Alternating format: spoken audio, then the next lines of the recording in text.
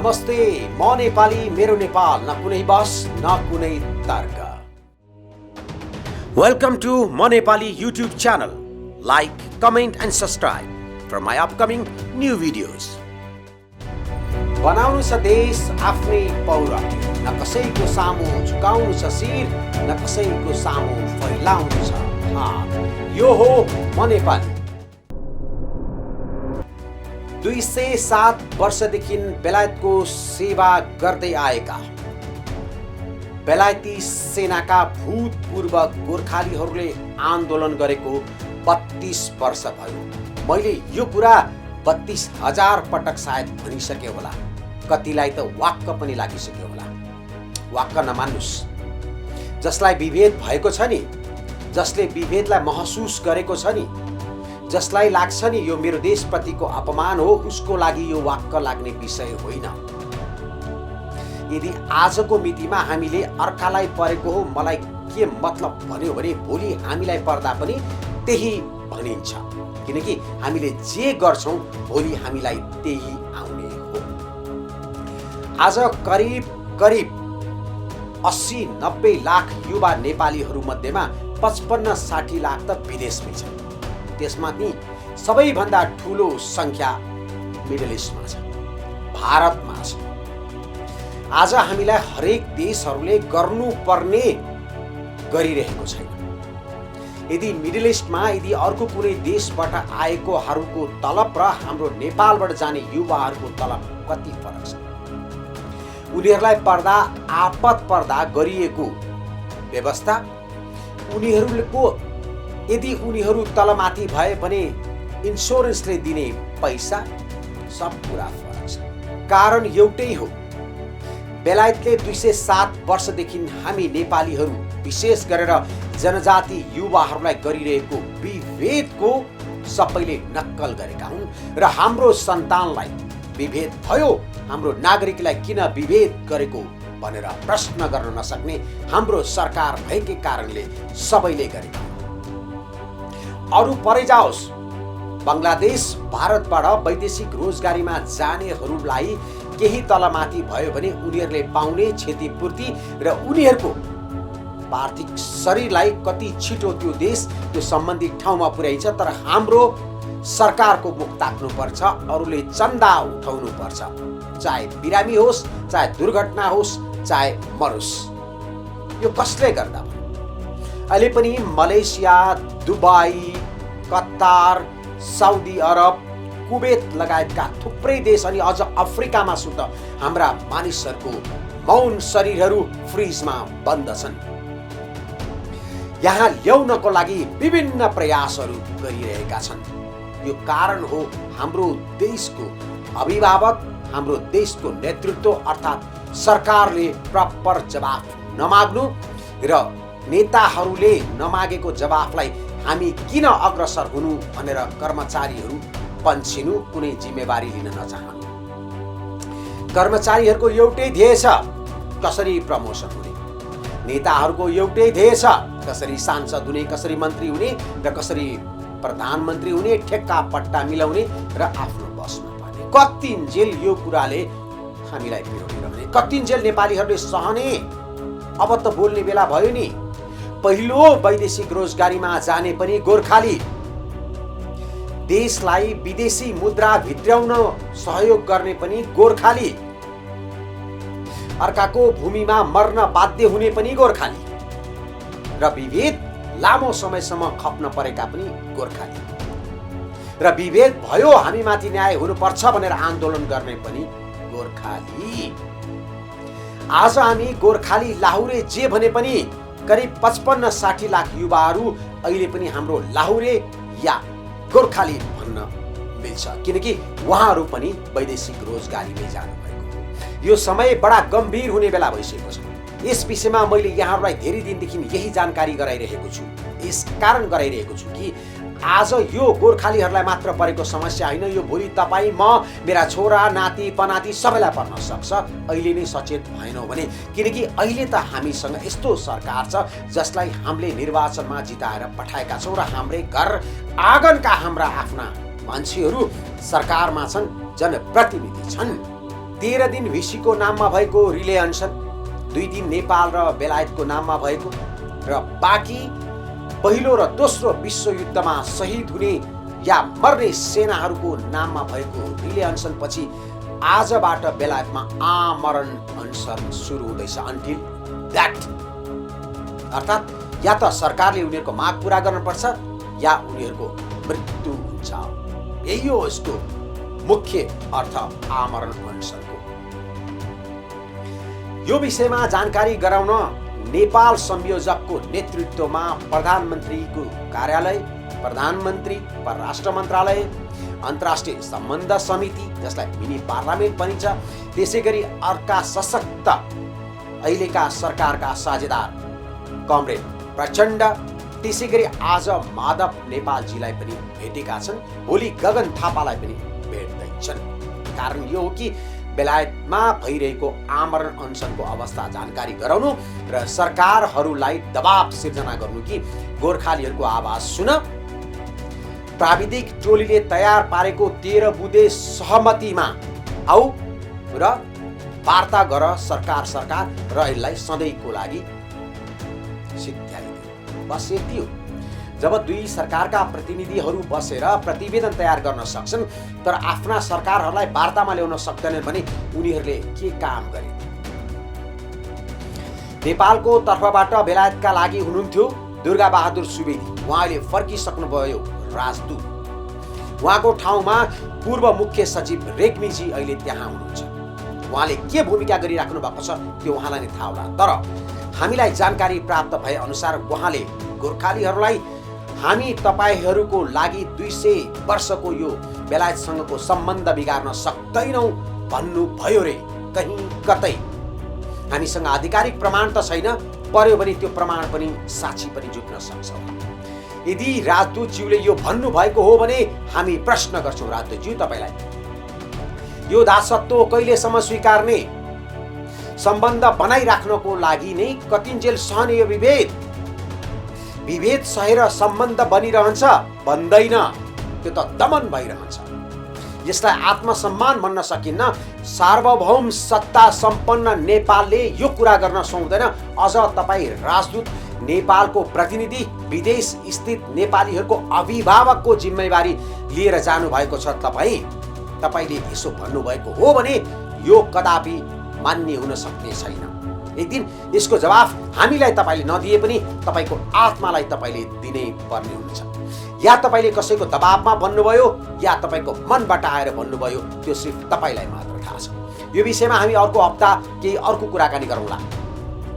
यतिखेर म तपाईँलाई के भन्न चाहन्छु भने सन् 2020 12 फेब्रुअरीका दिन गोर्खालीहरूको ठुलो दबाबपछि नेपाल सरकारको परराष्ट्र मन्त्रालयले एउटा पत्र बेलायतलाई पठायो। हामी वार्ता गर्न तयार छौँ, अब वार्ता सुरु गरौँ। जुन पत्र आज नेपाल संयोजक एलबी घिसिङले माधव नेपालज्यूलाई पनि देखाउनु भएको छ। यो क्लिप एकैछिन हेरौँ त। यसको अहिलेसम्म परराष्ट्रले हामीलाई भन्दाखेरि यसको जवाब आएको छैन भन्छ। यसमा वरिष्ठ कमरेडले हाम्रो चाहिँ के निवेदन छ भने म हिजो पनि परराष्ट्रको यो हाम्रो मुद्दा हेर्ने सहसचिव निर्मलराज कार्कीसँग कुरो गर्दै थिएँ। उहाँले अझै पनि यसको जवाब आएको छैन भन्नुहुन्छ।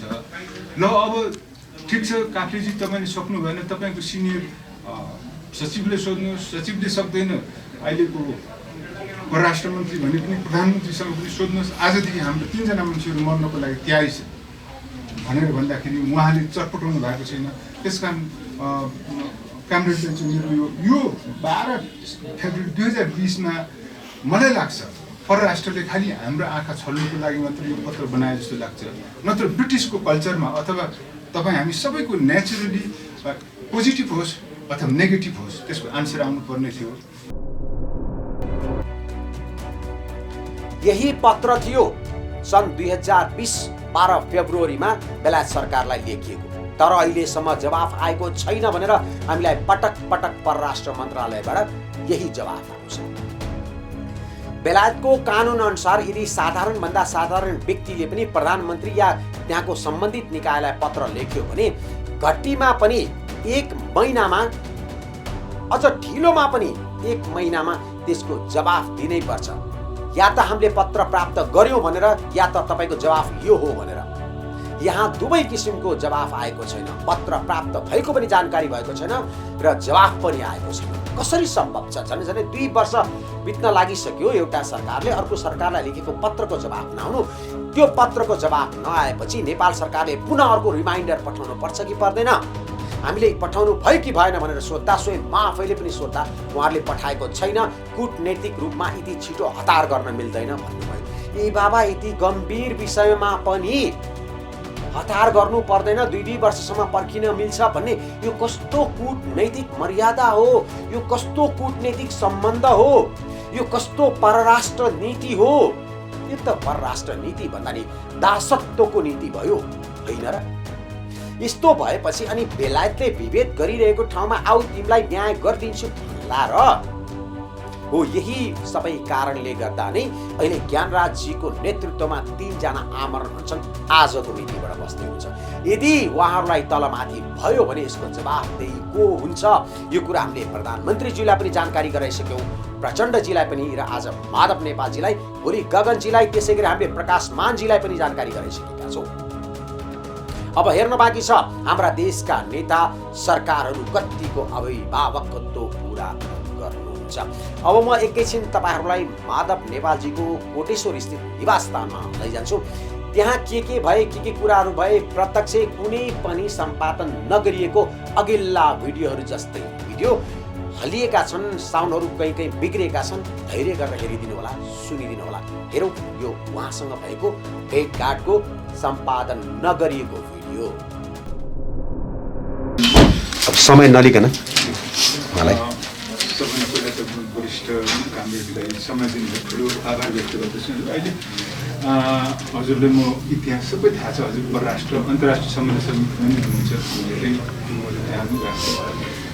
अहिले चाहिँ हामी यो सरकारले, विगतको सरकारले, सरी हामीले भनौँ अब के भनौँ,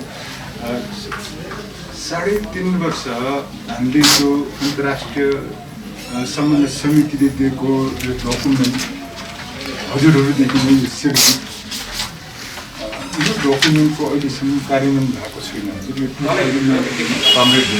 हाम्रो अन्तर्राष्ट्रिय सम्बन्ध समितिले दिएको यो 2019मा 2 वर्ष भइसक्यो, यसको सरकारले एउटा माफ मारेको छैन। मार्क्स खोल्नु नि सर, आवाज त्यति क्लियर आएन। हो, अर्को चाहिँ यो हाम्रो जोइन्ट टेक्निकल रिपोर्ट थियो। यो रिपोर्टले हामीले 13वटा बुँदा राखेको कुरो गर्यौँ र त्यसले त्यो 13वटा बुँदाले शब्द शब्दमा वाक्यमा खण्डन गरेको छ हाम्रो कुरोहरूले। र यो खण्डन हुँदाखेरि त्यो समितिले अब नेपाल सरकार र युनाइटेड किङडमको सरकारले मात्रै, उनीहरूको हाई लेभल कमिटीले मात्रै निष्कर्षमा निकाल्नु सक्छ भनेर जिम्मा दिएको छ। यो मैले हाइलाइट गर्दैछु। र यो केपी ओली दोस्रो पटक प्रधानमन्त्री हुँदाखेरि हाम्रो डेलिगेसनले भनेको थियो कि, अनि उहाँले भन्नुभएको थियो, यो म परराष्ट्र मन्त्री हुँदा मलाई थाहा छ तपाईँको कुराहरू, अब यो चाहिँ 2 हप्ताभित्रमा, 2 महिनाभित्रमा म सम्बोधन गरिसक्छु भन्नुभएको थियो। यो 3.5 वर्ष भयो, यसको कुनै सुनवाई भएको छैन। अब अर्को म अलिकति हजुरले म एक्सर्साइज गरेर चाहिँ भन्नैपर्छ जस्तो मलाई लाग्यो। अहिले करेन्ट सिचुएसन चाहिँ हामीले ब्रिटिस सरकारले गत 3 मेमा 1 महिनाको अल्टिमेटम दिउँ। त्यो अल्टिमेटममा हामीले के मेन्सन गरेको छौँ भने यो डकुमेन्टको आधारमा तिमीले एउटा डायलग कमिटी बनाऊ, अनि डायलग कमिटी कस्तो बन्ने हो, डायलग कहिले गर्ने हो, अनि डायलगको कमिटीको संरचना कस्तो हुन्छ हामीले तुरुन्त खबर दिउँ। तिमीले यदि दिनुहुन भने हामी आमरण अनसनमा जान्छौँ भनेर 1 महिना अल्टिमेटम दिएको थियौँ। त्यो 3 मेमा त्यो दिएको 1 महिनापछि पनि उसले अवज्ञा गर्नु नै भन्नुपर्छ। अनि त्यसले स्मरण गराउँदै हामीले 15 जुनमा हामीले फेरि त्यसले स्मरण गराउँदै 1 महिनाको अल्टिमेटम दियौँ। जो अब तिमीले त्यसको नि आन्सर देऊ न, अब चाहिँ हामी तिमीले 20 जुलाईसम्म पनि त्यसको नेपाल सरकारलाई हामीलाई त्यसको पोजिटिभ आन्सर देऊ न भने हामी 21 जुलाईदेखि हामी रिले अनसनमा जान्छौँ। 13 दिन हाम्रो 13 जना भिसी हो, 13 जना भिसीको नाममा हामी रिले अनसनमा जान्छौँ। अब त्यति गर्दा पनि भएन भने हामी 7 जुलाई आजको दिनदेखि हाम्रो 3 जना समितिका सदस्यहरू ज्ञानराज राई, धनबहादुर गुरुङ, पुष्पा राणा घले उहाँहरू आजदेखि आन्दोलन अनसनमा जाँदैछन्। अब यसले गर्दाखेरि हामीले यो एउटा पत्र पनि हजुरले पनि थाहा छ, हजुर अन्तर्राष्ट्रिय सम्बन्ध समितिमा हुँदाखेरि पनि हजुरले एकताली बैरागीले, सचिव बैरागीले यस्तै पत्रको विषयमा कुरो उठाउँदाखेरि उहाँ नजवाफ हुनुभएको थियो। अनि यो पत्र पनि यो 12 फेब्रुअरी 2020मा नेपाल सरकारले, बेलायत सरकारले लेख्यो। यसको अहिलेसम्म परराष्ट्रले हामीलाई भन्दाखेरि यसको जवाब आएको छैन भन्छ। यसमा वरिष्ठ कामरेडले हाम्रो चाहिँ के निवेदन छ भने, म हिजो पनि परराष्ट्रको यो हाम्रो मुद्दा हेर्ने सहसचिव निर्मल राज काफ्लेसँग कुरो गर्दै थिएँ। उहाँले अझै पनि यसको जवाब आएको छैन भन्नुहुन्छ। ल अब ठिक छ काफ्लेजी, तपाईँले सक्नु भएन, तपाईँको सिनियर सचिवले सोध्नुहोस्। सचिवले सक्दैन, अहिलेको परराष्ट्र मन्त्री भने पनि प्रधानमन्त्रीसँग पनि सोध्नुहोस्। आजदेखि हाम्रो 3 जना मान्छेहरू मर्नको लागि तयारी छ भनेर भन्दाखेरि उहाँले चटपटाउनु भएको छैन। त्यस कारण कामरेडले चाहिँ मेरो यो 12 फेब्रुअरी 2020मा मलाई लाग्छ परराष्ट्रले खालि हाम्रो आँखा छल्नुको लागि मात्र यो पत्र बनाए जस्तो लाग्छ। नत्र ब्रिटिसको कल्चरमा अथवा तपाईँ हामी सबैको नेचुरली पोजिटिभ होस् अथवा नेगेटिभ होस् त्यसको आन्सर आउनुपर्ने थियो। यसको पनि आन्सर आएको छैन भनेर हामीले झुलाइएको छ। र अब हजुरले यहाँनिर आज चाहिँ हजुरको कामको लागि चाहिँ संक्षेपमा हाम्रो राष्ट्रियताको मुद्दा बनिएको छ। यो नोकरी भनेको, इम्प्लोइमेन्ट भनेको राष्ट्रियताभन्दा ठुलो छैन। हाम्रो देशको प्रतिष्ठामा, हाम्रो स्वाभिमानमा ब्रिटिसले हामीलाई मनोमानी गरेको छ। त्यसकारण यदि हुन्छ भने आज नै हजुरको गठबन्धनमा हुनुहुन्छ माननीय सम्माननीय प्रधानमन्त्रीले आजै भनेर 1 नम्बर कुरोमा चाहिँ यो आजदेखि बसेको यो हाम्रो आमरण अनुसार हङ्गर स्ट्राइक अनटु द डेथलाई कसरी हुन्छ यसलाई चाहिँ नि साम्य पार्ने 1 नम्बर कुरो। अनि दोस्रो नम्बर कुरो चाहिँ यो डकुमेन्टको आधारमा डायलग यथाशीघ्र हुनु पर्यो।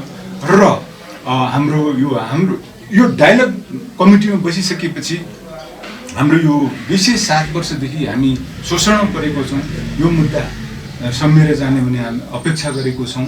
1947 9 नम्बरको सन्धि पनि त्यसले पनि एउटा निकास पाउँछ र हामी बाइप्याटेट गरौँ र हाम्रो यो मुद्दाहरू सकिन्छ भनेर मैले हजुरले निवेदन गरेँ। विशेष गरेर संक्षेपमा पनि फेरि यो परराष्ट्रले लेखेको यो पत्रमा हामीले ठुलो शङ्का छ। उसले हाम्रो आँखा छल्नु मात्रै लेखेको कि जस्तो लागेको छ।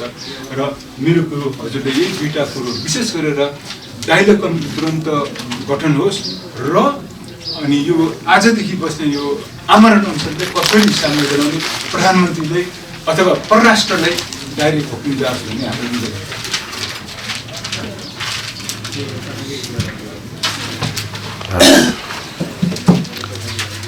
जस्तो हजुरलाई म कामरेडलाई पनि भने अस्ति नै एकचोटि हजुरले जुन उठाउनु भएको थियो नि परराष्ट्र सचिवलाई चाहिँ हामीलाई चाहिँ चिठी पठाइसक्यो भन्नुभयो उहाँले। अनि हामीले हजुरलाई गुनासो गऱ्यौँ। अनि हजुरले चाहिँ त्यो पठाएको चिठी देखाउनुहोस् त बैरागीजी भन्दा उहाँले देखाउनु भएन नि, नाजवाब हुनुभयो, बोल्नु भएन, हामीले पठाएकै छैन भन्नुभयो। अहिले जुन उहाँले देखाउनु भएको चिठी पनि ज सेम कन्डिसन हुनसक्छ। किनभने हाम्रो निर्मल राज काफ्लेजीलाई मैले 2 वर्षसम्म त हुँदैन, मैले अस्ति पठाएको 15 दिन अगाडि पठाएको पर्सनल त आइसक्यो। तपाईँ सरकारको कसरी 2 वर्ष भन्छ त उहाँ बोल्नु भएन। अब हजुर मात्र हो यतिखेर कन्डिसनमा हामीले, किनभने ट्राइपार्टी एग्रिमेन्टको चाहिँ पेपर जुन तपाईँले एग्रिमेन्ट पनि तपाईँले नै फेला पार्नुभयो तपाईँ परराष्ट्र मन्त्री हुँदा। अब बुझ्नेले नै गर्ने हो, नबुझ्नेले गर्न सक्दैन कमरेड। त्यसले गर्दाखेरि चाहिँ अब हजुरले नै अहिलेको सचिवलाई चाहिँ सोध्नु पऱ्यो कि त्यो पठाएको चिठी चाहिँ कहिले पठाएको, उनीहरूले बुझेको रेजिस्ट्रेसन हो था, इमेल होला, कसरी पठाएको छ, कुन वेबाट पठाएको, त्यो चाहिँ अब हजुरले नै पत्ता लगाउनु पर्ने हुन्छ, अरूले सक्दैनन् हजुर। आजको चाहिँ हजुरको यो समय लिनुको मुख्य कारण चाहिँ यही हो हजुर। सम्माननीय हजुरलाई हाम्रो विनम्र अनुरोध के छ भनेदेखि हजुरले अहिले नै हाम्रो सम्माननीय प्रधानमन्त्रीज्यूलाई फोन गरेर यो अलिकति उहाँ नै हुनुहुन्छ परराष्ट्र मन्त्री पनि, उहाँ नै हुन्छ प्रधानमन्त्री पनि, उहाँले परराष्ट्रमा ब्रिटिस सरकारलाई या समकक्षीलाई तुरुन्त यसको चिठी लेख्नु र उहाँको अनसनकारीहरूलाई विथड्र गर्नु भनेर भनिदिनु भयो भनेदेखि धेरै हामीलाई आभार हुन्थ्यो। विथड्र गर्न भन्ने कि अहिले तत्काल हजुर स्थगन हजुर सम्माननीयजी त्यो पत्र हामीले पायौँ भने हामी नै हाम्रो साथीहरूले कन्भिन्स गराउँछौँ। हजुर अहिले त्यहाँ तातिएको छ लन्डन, हजुर त्यहाँको नागरिकहरू हजुर भेट्यौँ तर खोइ त्यति साह्रो लागेन, त्यसै कारणले गर्दाखेरि हजुरको शरणमा आएको छौँ। हजुर हाम्रो यत्रो 32 वर्ष लामो सङ्घर्ष हजुरले सबै सर्वविदितै भएको कुरा हो। उहाँले चाहिँ हिजो 9 बजे चाहिँ म भेट्दैछु केशरबहादुर देउवाजीलाई, प्रधानमन्त्रीलाई, म यो कुरा राखिहाल्ने भनेर हिजो हाम्रो 8 बजे उहाँले बोलाउनु भएको थियो, 9 बजे चाहिँ उहाँ भेट्छु भनेर भन्नुभएको थियो। हजुर यो हजुर अब राष्ट्रिय इस्यु, अब हाम्रो मान्छे कि चाहिँ नेपाली जनता त्यहाँ मरोस् विदेशमा भन्नुहुन्छ भने त्यो 3 जना त मर्छन्, 1 हप्ता 2 हप्ता मर्छन्, तर त्यसमा क्यु लाग्ने हामी चाहिँ लाइनमा छौँ। त्यस कारणले गर्दा हाम्रो विनम्र अनुरोध, यदि अब यो कुरा भयो र अब उ गऱ्यो भने हामी जबसम्म यो कुराको निर्केल हुँदैन तबसम्म गोर्खा भर्ती हजुरहरूको निर्देशन जाओस्, गोर्खा भर्ती स्थगन मात्रै भनिदिनु भएन हुन्छ, गोर्खा भर्ती हुनु दिँदैन। हजुरलाई विनम्र हजुरले नै अहिले नै कुरा गरेर हाम्रो आज पहिलो दिन हो, हजुरले गरेर यो चाहिँ स्थगन गराउनु पर्यो भनेर परराष्ट्र मन्त्रालयमा उहाँले निर्देशन जारी गर्यो भनेदेखि द्याट्स इट। उहाँबाट हामी एउटा ब्ल्याक एन्ड व्हाइट पायौँ भने हामी साथीहरूले कन्भिन्स गराएर यो चाहिँ यस्तो स्थिति एक्सट्रिम कन्डिसनमा चाहिँ आउनु नपरोस्। फोन जाउन्जेलमा भनिहाल्छु, उहाँहरू ओभर 60 को हुनुहुन्छ सबैजना, 70 हजुर एकजना त 70+ हुनुहुन्छ, उहाँ फेरि डायबिटिज, ब्लड प्रेसर, थाइराइड, सानो सानो हस्पिटलको इक्जाम्पलै हुनुहुन्छ कि उहाँ।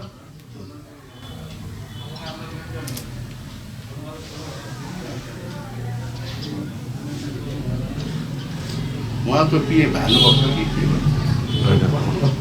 प्रधानमन्त्री त कहाँ लाग्छ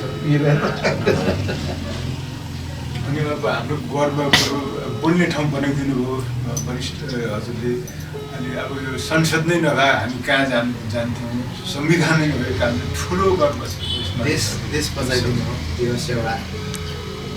अब हाम्रो अलिक बोल्ने आदर, बाँच्ने आदर अब हजुरहरूमै छ।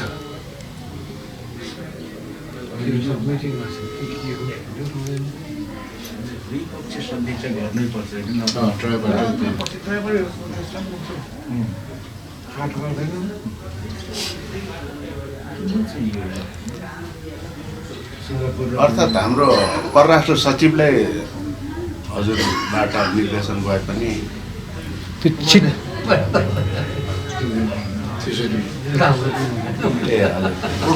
कहाँ गर्छन् गर्दैन नि, मैले भनेर अन्तर्राष्ट्रिय विषय हो, त्यो विषयमा मन्त्री त गर्न सक्दैन यो भनेर माइती सरी हजुर भन्दै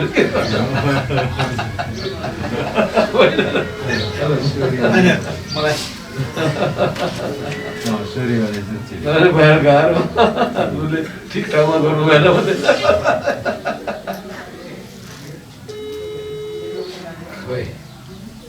खोइ उठाइरहेका छैन, मिटिङमा छन् के मैले प्रचण्डजीलाई फोन गरेँ, पिएलाई फोन गरेँ, प्रधानमन्त्रीको अर्को महासचिवलाई फोन गरेँ। ल ठिक छ, म कुरो यो परराष्ट्रले लेख्ने चिठीमा नि सर फेरि परराष्ट्रले चाहिँ नेपालले मात्र आफ्नो पोइन्टबाट लेख्यो भने चाहिँ फेरि बेलायतको लागि आधिकारिक हुँदैन। यो चिठी चाहिँ कस्तो किसिमको हुनु पऱ्यो भने वार्ताको मिति तय हुनु पऱ्यो र वार्ता कुन स्तरमा गर्ने सचिव लेभल अथवा मन्त्री लेभलमा भन्ने कुरा क्लियर हुनु पऱ्यो र वार्तामा हामी गोर्खालीहरू पनि सहभागी हुने कुरा चाहिँ उल्लेखित हुनु पऱ्यो। बरु स्थान जहाँ भए पनि हुन्छ, अमेरिका, नेपाल, लन्डन जहाँ गर्दा पनि हुन्छ। किनभने सर हामी त 13मा धोका पाइसक्यौँ, हजुरलाई थाहा छ नि। डेभिड क्यामन जस्तो प्रधानमन्त्रीले मैले कमिटी गठन गरिदिएको छु, उसले ल्याएको सम्पूर्ण ग्रिभेन्सेसलाई फेरि कुरा किन हुन्छ भने परराष्ट्र सचिव मन्त्री नभएसम्म गाह्रो छ। हजुर त्यो कुरा बुझेको पनि छैन।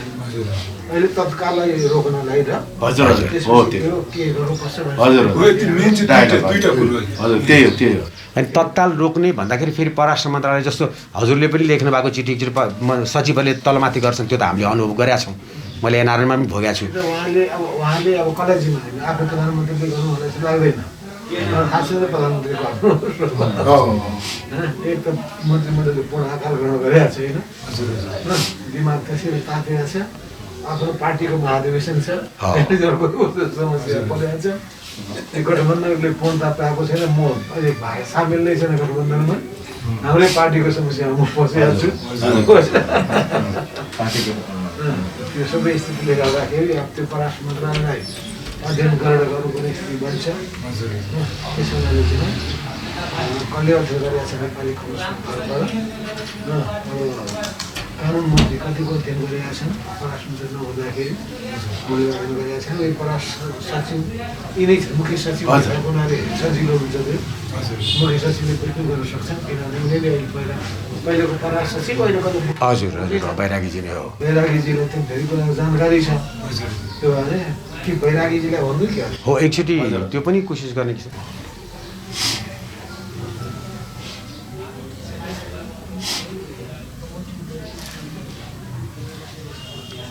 उसले पनि म के हो त प्रधानमन्त्री म भन्छु भने त शनिबार पऱ्यो भन्न गएछ होइन। हामीलाई लास्ट 2013मा पनि हामीलाई शनिबारै चिट पत्र दिनुभएको थियो सम्मानले।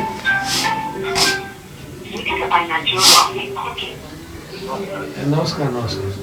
अहिले म कहाँ चाहिँ यो हाम्रो भोपो गोर्खा सैनिकका साथीहरू आउनुभएको छ। अब यो पहिलेदेखिको समस्या तपाईँलाई थाहा छँदैछ।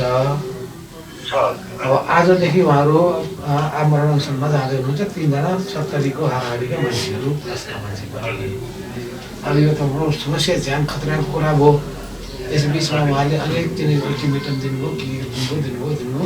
यो सबै भइसकेपछि अब यसलाई तत्काल चाहिँ त्यस बारेमा केही गरेर चिठी पठाएर के गर्न सकिन्छ, आश्वस्त बनाएर अनसनलाई तोडाउनु काम, अनसनलाई स्थगित गर्ने कुरा गराउनु पर्ने जरुरी भयो। र यसबारेमा एउटा ब्रिटिस सरकारसँग कुराकानी गरेर आधार पनि तयार गर्नु पर्यो। यसको निम्ति तपाईँले प्रधानमन्त्रीसँग कुरा गरेर आजै, किनभने आजदेखि सुरु हुँदैछ। अब आज त्यहाँ कति बज्यो, यहाँ नेपालमा बिहान हो, र यसमा चाहिँ ढिला नहोस्। परराष्ट्र मन्त्रालयको माध्यमबाट भयो भने त्यो तत्काल नहोस् छ। बरु आवश्यक पऱ्यो भने तपाईँलाई म भेट्न पठाउनुपर्छ, भेट्न पठाइदिउँला उहाँहरूको डेलिगेसन। पऱ्यो के भेट्न पठाइदिउँ कि पर्दैन?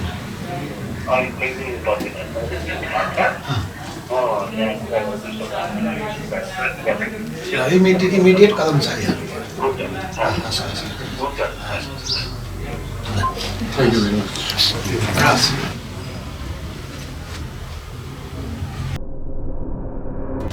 माधव नेपालजीसँगको भेटमा नेपाल सत्याग्रह समितिले पत्र पठाएको हो कि होइन भनेर शङ्का जाहेर गर्नु स्वाभाविक थियो। जबकि उहाँहरूलाई अनुभव छ, उहाँहरू बेलायतकै सेनामा कार्य गरेर आउनुभएको, कि बेलायतमा कुनै पनि पत्रलाई त्यसरी इग्नोर गर्न पाइँदैन।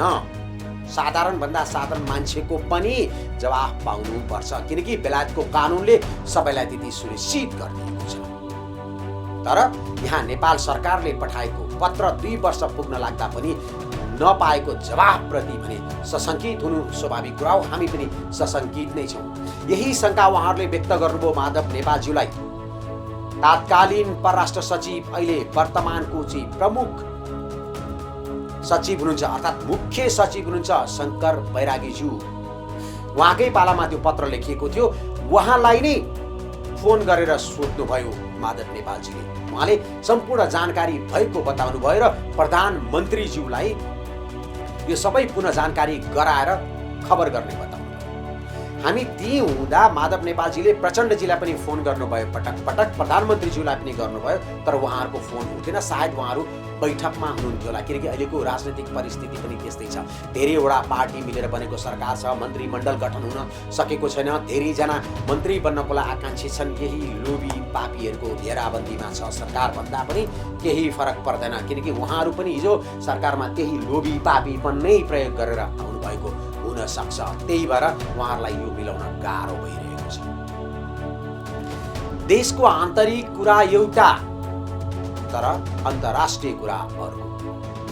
परराष्ट्र मन्त्रालयले पठाएको जवाफ नआउनु, रक्षा मन्त्रालयले गोर्खालीहरूलाई पत्र लेख्नु कि यो विषय क्लोज भइसकेको छ। हाम्रो तात्कालीन प्रधानमन्त्री टेरेजा मे र तात्कालीन प्रधानमन्त्री केपी शर्मा ओली बीच सहमति भइसकेको छ कि अबका दिनमा गोर्खालीहरूको इस्युलाई कहिले पनि उठाइने छैन, यो समाप्त भइसक्यो भनेर हामीलाई लेखेको पत्र जान्छ। तपाईहरुलाई हामी देखाउँछौँ। यदि तपाईहरु हेर्न चाहनुहुन्छ भने हामी फेसबुक, वेबसाइट जता पनि राखिदिन सक्छौँ। मेरो यही कार्यक्रममा पनि देखाउन सक्छौँ कसरी सम्भव छ। त्यति जवाब ती कुरा हामीले निर्वर्तमान प्रधानमन्त्री केपी शर्मा ओलीजीलाई पनि जानकारी गरायौँ। उहाँले यदि त्यस्तो नगरेको भए उहाँले एकपटक आफ्ना समकक्षीलाई सोध्नु पर्दैन, दूतावासको थ्रुबाट अथवा आफै डाइरेक्ट हटलाइनमा पनि त फोन गर्न सकिन्छ आपत परेको बेलामा, किनकि मान्छेको ज्यान भन्दा ठुलो त केही पनि होइन नि, आत्मसम्मान ठुलो हो नि। उहाँहरूले गर्नु भएन। अहिले सबैले बिस्तारो यो शङ्का गरिरहेका छन्, कतै हामी बेलायतलाई प्रेसर त दिइरहेका छौँ, नेपाल सरकारले पो आलस्य गरिदिएको हो कि, उसले वास्ता नगर्नाको कारणले बेलायतले पो हामीलाई विभेद गरेको हो कि भन्ने कुरा शङ्का गर्नु कुनै गलत होइन। शङ्का गर्ने ठाउँ धेरै छन्। यस विषयमा हामी फेरि पनि गहन कुरा गर्नेछौँ, किनकि यो राष्ट्रिय बहसको विषय हो, राष्ट्रिय चासोको विषय हो, राष्ट्रिय समस्या हो। हाम्रो देशप्रति बेलायतले गरेको अपमान र विभेदको कुरा हो। केवल 14-15 हजार भूपू गोर्खालीहरूको पेन्सन भत्ता र चाहिँ कम्पनसेसनको मात्र कुरा होइन।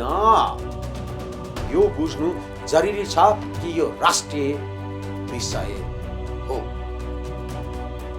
जाँदा जाँदै फेरि म यहाँहरूलाई भन्न चाहन्छु, आजदेखि पहिला पनि आमरण अनसन बसिसक्नु भएका ज्ञानराज राई, त्यसै गरी अर्का भूपू धन गुरुङ, त्यसै गरेर भूतपूर्व गोर्खालीकी श्रीमती पुष्प राणा घले आजबाट आमरण अनसन बस्दै हुनुहुन्छ। अब यो गम्भीर विषय हो। उहाँहरू लगभग 60 भन्दा माथिका उमेरका हुनुहुन्छ। अब अनुमान गरौँ उहाँहरूको शरीरले कति दिन टेक्न सक्छ यो आमरण अनसनलाई। यदि केही भयो भने यसको जवाफ राष्ट्रिय अन्तर्राष्ट्रिय रूपमा दुवै देशलाई सोधिनेछ र सोधिन्छन्, किनकि यहाँ यतिखेर विश्वका मानवाधिकारवादीहरू, कानुनविदहरू यो घटनालाई नियालिरहनु भएको छ। पक्कै पनि विश्वबाट ठुलो आवाज उठ्नेछ यदि उहाँहरूलाई केही भयो भने, किनकि गोर्खालीहरूको माग जायज छ। गोर्खालीहरूले बेलायतको सत्ता, नेपालको सत्ता, मन्त्री, सांसद, ठेक्का पट्टा मागेका होइनन्। हामी माथि कानुनी रूपमै गरिएको विभेदको अन्त्य हुनुपर्छ भनिएको हो। त्यो जमानामा गरिएको ढुङ्गे युगको सन्धिलाई आज पनि पालना गर्ने, आज पनि हाम्रा युवाहरूलाई लगेर मर्न र मार्न लगाइँदैछ। लैजाने नै हो भने पनि अब नयाँ तरिकाबाट आजको आधुनिक युगमा सम्झौता गर्नु पर्दैन, नयाँ सन्धि गर्नु पर्दैन। हाम्रो युवाहरू त्यहाँ सुरक्षित हुन्छन् हुन्नन् भन्ने सोच्नु पर्दैन। लान्छ 200, 300, 400, तर यहाँ लाखौँले तालिम लिन्छन्। उनीहरूको भविष्य के गर्ने भन्ने कुरा बुझ्नु पर्दैन। यदि नेपालले नै आफ्नो बच्चा बच्चीको लागि, आफ्नो सन्तान, आफ्नो नागरिकको लागि बुझ्दैन भने अरूलाई त के मतलब? बेलायतले त प्रयोग गर्छ, छोड्छ, त्यो सबैले गर्छन्। जसरी भारतले अहिले गरिरहेको छ। सिङ्गापुर पुलिसको त्यही समस्या छ, मिडल इस्टमा त्यही समस्या छ, अफ्रिकामा त्यही समस्या छ, मलेसियामा त्यही समस्या छ, युरोप अमेरिकामा यस्तो खालको समस्या, जापानमा अस्ट्रेलियामा नहोला, तर अन्त छ हजुर, धेरै समस्या छ। यदि हामीले यहीँबाट यही समस्या समाधान गर्नलाई कठोर कदम चालेनौँ भने अबको 10 वर्षभित्र हामी को हौँ के हौँ भन्ने नै नहुन सक्छ। हामीलाई सबैले हेप्न सक्छन्। यति मात्र होइन, अफ्रिकाको सबैभन्दा गरिब देश सोमालिया, इथियोपियाले पनि हामीलाई हेप्न सक्छ, हामीमाथि विभेद गर्न सक्छ। त्यो सहन तपाईँ म तयार भएर बस्नुपर्छ। हामीले मात्र होइन, हाम्रा सन्तान दर सन्तानले पनि सहन तयार हौ भनेर हामीले लाचारी, कायरी र दासत्व स्वीकार गरेर जानुपर्ने हुनेछ। त्यसैले यो विभेदको अन्त्यको लागि हरेक नेपालीको आवाज, हरेक मानव अधिकारवादीको आवाज, हरेक मान्छेको आवाज यति नै जरुरी छ।